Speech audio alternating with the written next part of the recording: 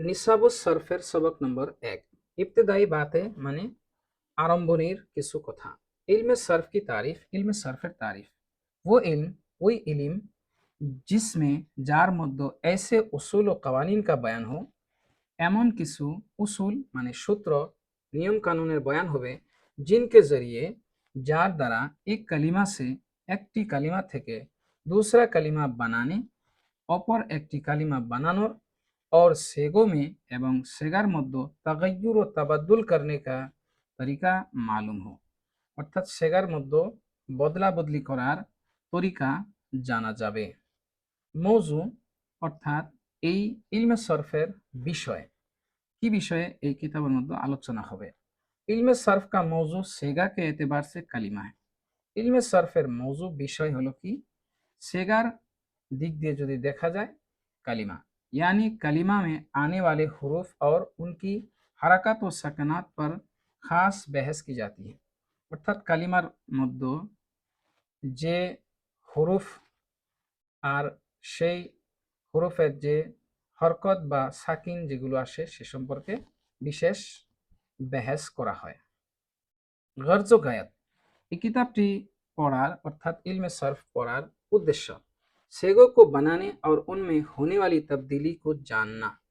সেগা বানানো এবং তার মধ্যে যে পরিবর্তন চেঞ্জিং সেই সম্পর্কে জানা।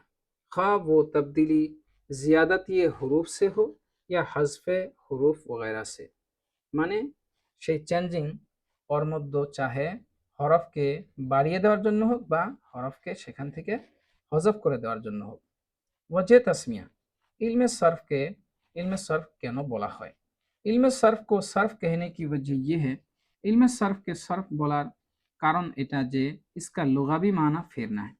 ডিকশনারি ভাষায় ইলমে সরফ সরফের অর্থ ডিকশনারিতে যদি দেখা যায় তাহলে ফেরনা মানে ঘোরানো, একটার থেকে অপর দিকে ঘোরানো। और इस इल्म में और ए एलमेर मध्य चूँकि जेहेतु एक कलिमा को फेर कर उसकी मुख्तलिफ सूरतें बनाने के तरीके बयान किए जाते हैं, যেহেতু একটা কালিমাকে নানা ধরনের সুরতের দিকে পরিবর্তন করে বানানোর নিয়ম নীতি বয়ান করা হয়, इसलिए इस इल्म को इल्म सर्फ कहते हैं, যার জন্য এই ইলমকে ইলমে সরফ বলা হয়।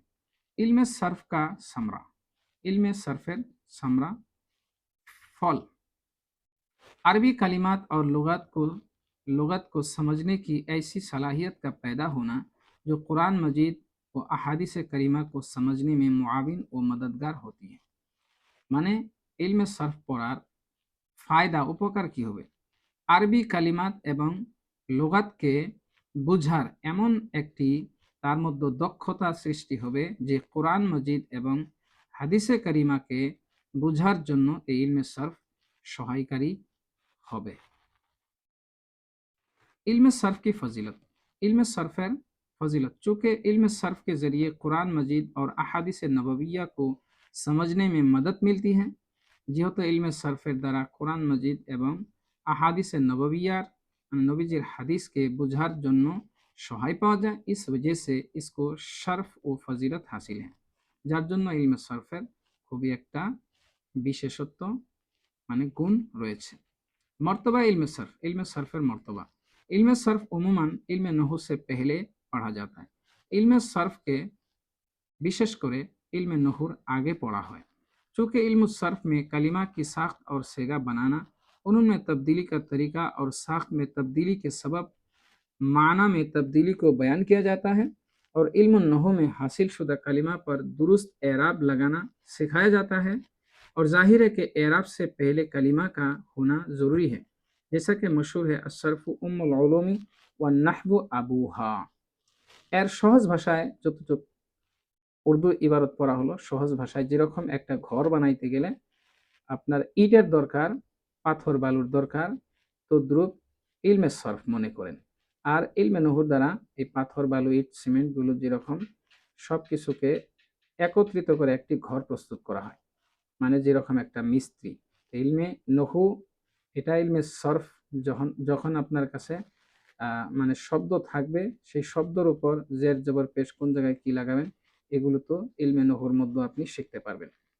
इल्म सर्फ का वाजे, इल्म सर्फ के बानिए से अहले इल्म और अहले इल्म इस इल्म का वाजे मुआज बिन मुस्लिम अल हर्रा को करार देते।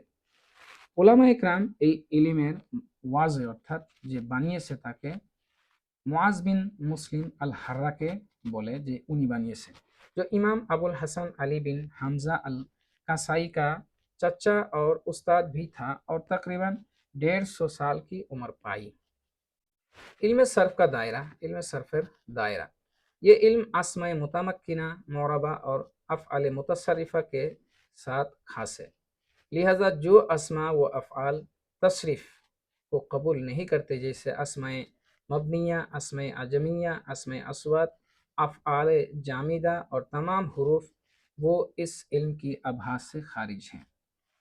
মানে এই এলেমের মধ্যে ইসমে মোতামাক্কিন যেগুলো রয়েছে বা আফআলে মুতাসারিফা সেগুলো সাথেই এই ইলম খাস, যেহেতু একটা শব্দকে চেঞ্জ করে অন্য আরো শব্দ বানানো হবে। আর আসমায়ে মবনিয়া মানে যেগুলো চেঞ্জ হয় না, বা আসমায়ে আজমিয়া মানে আরবি শব্দ না, বা আসমায়ে আসওয়াত আফআলে জামিদা মানে যেগুলো ফেল একই থাকে, তামাম হুরুফ, সেই সম্পর্কে এই ইলমের মধ্যে কোনো ধরনের বহস করা হবে না।